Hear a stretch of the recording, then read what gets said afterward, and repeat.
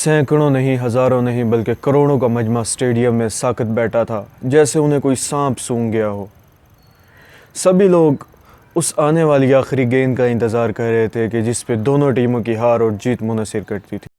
मुखालिफ टीम अपने आने वाली जीत की खुशियों के एहसास में डूबी हुई थी, जबकि बल्लेबाज को आखिरी गेंद पर 6 रन बनाकर अपनी टीम को जितवाना था और बल्लेबाज बहुत कंफ्यूज था और बहुत परेशान था कि अचानक उस खामोशी को तोड़ती हुई एक आवाज़ आई, ए लाला कर दे इनका मुँह काला।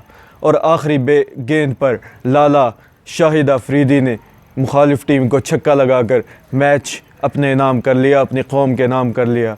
हुजूर वाला, लफ्ज़ ताकत रखते हैं, वर्ड्स हैज़ अ पावर। इसी टॉपिक पे आज हम बात करेंगे। एक बहुत मशहूर मकूला सुना होगा कि पहले बात को तोलो फिर सोच समझ कर बोलो। वाला लफ्ज़ों में इतनी ताकत होती है कि ये किसी शख्स का मुस्तक़बिल बनाने और उजाड़ने में बहुत अहमियत के हामिल होते हैं। उस्ताद मोहतरम फरमाया करते थे कि ज़बान ऐसी चीज़ है कि जिसमें कोई हड्डी नहीं होती, लेकिन ये इतनी स्ट्रॉन्ग होती है, इतनी इसमें ताकत होती है कि ये आपकी सारी हड्डियों को तोड़वाने की ताकत रखती है। इसलिए इस ज़बान को इस्तेमाल करने में, इसलिए इस ज़बान को चलाने में, इसलिए इस ज़बान को खोलने में बहुत ज़्यादा एहतियात से काम लें। एक मेंढकों का गिरोह एक जंगल से गुज़र रहा था कि गुज़रते गुज़रते 2 मेंढक उनमें से अचानक एक गहरे गड्ढे में गिर गए। सभी मेंढक उनके गिर्द इकट्ठे हो गए और ऊंची ऊंची आवाज़ें कसने लगे कि तुम इतने गहरे गड्ढे में गिरे हो कि जैसे तुम अब मर चुके हो। तुम इतने गड्ढे में गिरे हो कि तुम अब मर चुके हो। उन दोनों मेंढकों ने उन आवाज़ें कसने वालों की आवाज़ों पे कोई तवज्जो ना दी और गड्ढे से बाहर निकलने के लिए छलांगे लगाने लगे।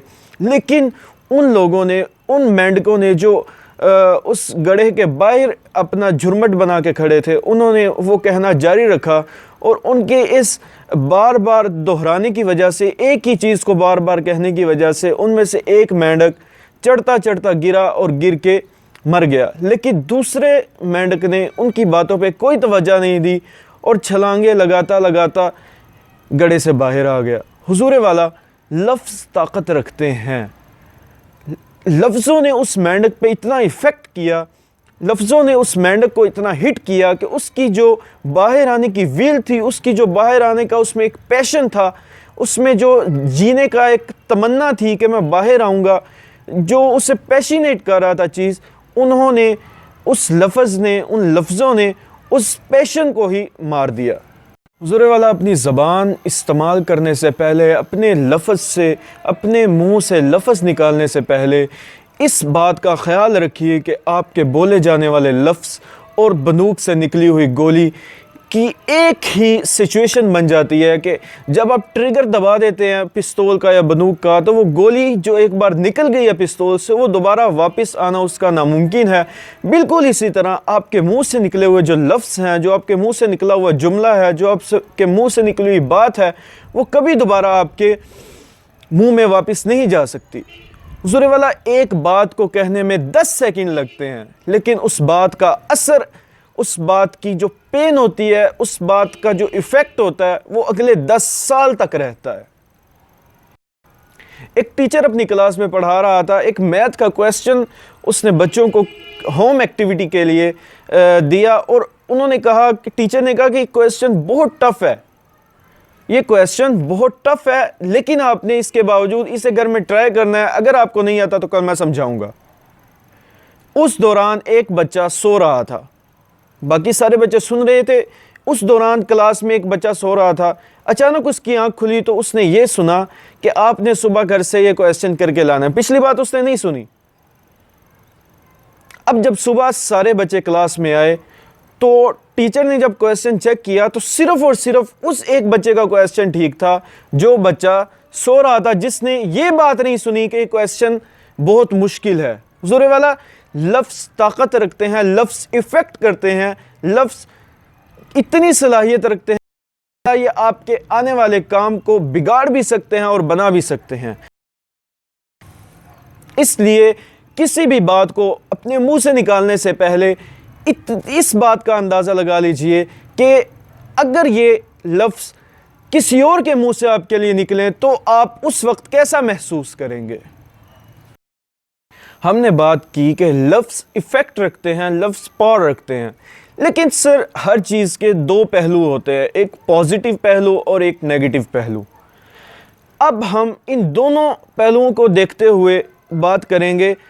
حضور والا، لفظوں میں انرجی ہوتی ہے، لفظوں میں طاقت ہوتی ہے، وہ آپ کی زندگی بگاڑ بھی سکتے ہیں، وہ آپ کی زندگی بنا بھی سکتے ہیں، وہ آپ کو اتنا حوصلہ دے سکتے ہیں، وہ آپ کو اتنا کانفیڈنٹ بنا سکتے ہیں کہ آپ ایک ناممکن کام کو ممکن بنا سکتے ہیں۔ جیسا کہ ہم نے پہلے اگزامپل میں دیکھا کہ وہ ٹیم جو اپنے ہارنے کا سوگ بنا رہی تھی، صرف اور صرف الفاظ کی طاقت نے جیت سے روشناس کر دیا۔ لیکن بالکل اسی طریقے سے الفاظ میں ایسی طاقت بھی ہے، ایک نیگیٹو پہلو اس کا یہ ہے کہ الفاظ میں ایک ایسی نیگیٹو پاور بھی ہوتی ہے کہ یہ ایک بندے کی جان تک لے سکتے ہیں، اسے اتنا ڈی موٹیویٹ کر سکتے ہیں، اسے اتنا ڈی گریڈ کر سکتے ہیں کہ ایک مینڈک جو ہے وہ جس میں اتنا پیشن تھا کہ وہ اس گڑھے سے باہر نکلنے کی کوشش کر رہا تھا، لیکن ان لفظوں کی وجہ سے، اس ڈی گریڈیشن کی وجہ سے وہ اس گڑھے کے بیچ میں ہی گر کے مر گیا۔ حضور والا، لفظوں کا انتخاب ہمارے بولنے میں بہت اہمیت کا حامل ہوتا ہے۔ ہم کوئی بھی بات کرتے ہیں، چاہے وہ صحیح بات کر رہے ہوں، لیکن اگر ہمارے لفظوں کا چناؤ صحیح نہ ہو تو ہماری بات غلط مطلب لے جاتی ہے۔ ہم صحیح الفاظ کیوں نہیں انتخاب کر پاتے؟ کیونکہ ہم صحیح سوچ نہیں رہے ہوتے۔ صحیح سوچ صحیح الفاظ کا انتخاب پیدا کرتی ہے، اور صحیح الفاظ ایک غلط بات کو بھی صحیح معنی دے سکتے ہیں، ایک صحیح رخ میں لے جا سکتے ہیں۔ اس لیے اپنی بات کو بولنے سے پہلے، اپنی بات کو کہنے سے پہلے، کوئی بھی لفظ بولنے سے پہلے اپنی بات پہ تجزیہ کیجیے، اپنی بات کو سوچئے کہ بجائے اس کے کہ آپ بات کر کے بعد میں پچھتائیں، بات کرنے کے بعد اس بات پہ پچھتانے سے بہتر ہے کہ آپ اس بات کو پہلے سوچیں اور اسے انڈو کر دیں، تاکہ آپ کی لائف جو ہے بہت آسان ہو جائے، آپ کی لائف سے کمپلیکیشنز ختم ہو جائیں۔ حضور والا، ہمارے رشتوں میں جو بگاڑ ہے، ہماری فیملیوں میں جو بگاڑ ہے، اس کی ایک سب سے بڑی وجہ یہ ہے کہ ہماری زبان ہمارے کنٹرول میں نہیں ہوتی۔